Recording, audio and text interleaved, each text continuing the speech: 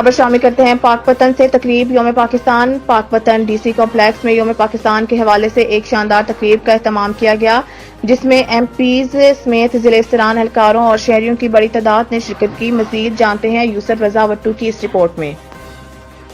پاک پتن میں یوم پاکستان کے سلسلے میں ڈی سی کمپلیکس میں شاندار تقریب کا اہتمام کیا گیا جس میں ممبر صوبائی assembly Chaudhry Javed Ahmed, M P A محترمہ موتیہ مسعود خالد، ڈپٹی کمشنر محترمہ Sadia Mehr, district police officer captain retired Tariq Waliz سمیت شہریوں کی بڑی تعداد نے شرکت کی۔ تقریب کا آغاز تلاوت قرآن پاک سے کیا گیا، قومی ترانے کی دھن بجائی گئی اور پرچم کشائی کی گئی۔ پولیس، ریسکیو 11 بائی اور سول ڈیفنس کے چاقو چوبند دستے نے قومی پرچم کو سلامی پیش کی۔ ڈی سی کمپلیکس میں پودے لگا کر شجرکاری کی گئی اور ملک کی سلامتی کے لیے دعا کی گئی۔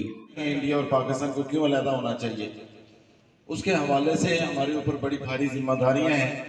جس طرح پاکستان کا مطلب کیا، لا الہ الا اللہ، اس فرض بنتا ہے کہ ہم اس مٹی کی سلامتی کے لیے اپنا تن من دھن جان لگائیں۔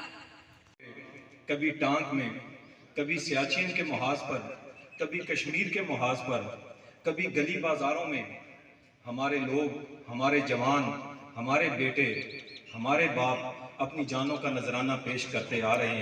پاکستان ہمارے اجداد کی قربانیوں کا ثمر ہے، اس کی حفاظت کے لیے تن من دھن سب کچھ لگا دیں گے مگر اس پر کبھی آنچ نہیں آنے دیں گے۔